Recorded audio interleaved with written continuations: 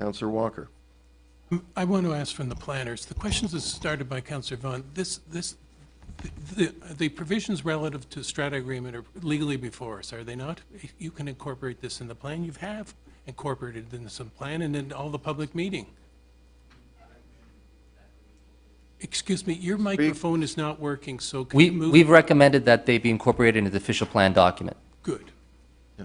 I would remind members of staff that they should address the chair and make sure that your voice is being projected so that everyone in the room here can hear what you're saying.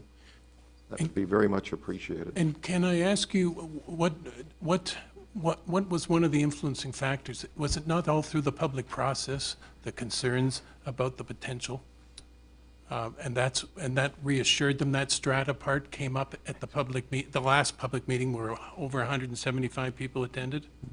This issue has continuously been raised and discussed throughout the working group process as well as at the community meeting as a method to ensure that the results of this planning study are implemented when the sale of lands are considered. Most particularly our own public lands. In other words, we don't go do this and then somebody, because we have another objective to get more money, that we abandoned it with some developer coming. You're asking questions, Yes, I Councillor am. Walker. Is that not the case? Through you, Mr. Chair, it's basically a policy that would ensure that when City Council considers the sale of the lands, that they consider a strata plan during the sale of those lands to ensure that the recently approved zoning amendment, which sets the height at 120 meters, is what is eventually sold to the private sector.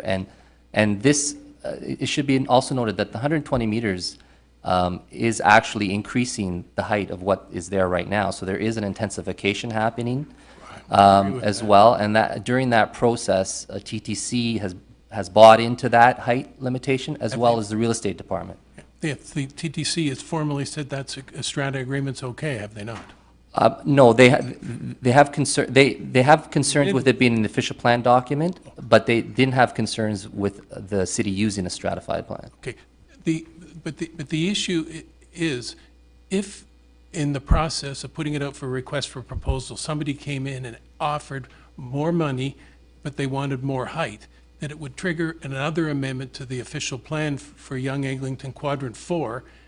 And secondly, it would also trigger, that's a public process, and it would then trigger also a public process relative to whether we want to sell that additional land and what the value is of it is.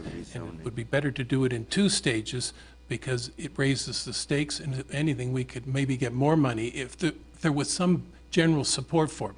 And most particularly, that the community in South Eglinton has flagged on either one of those initiatives taking place. Would you agree? Would you not agree?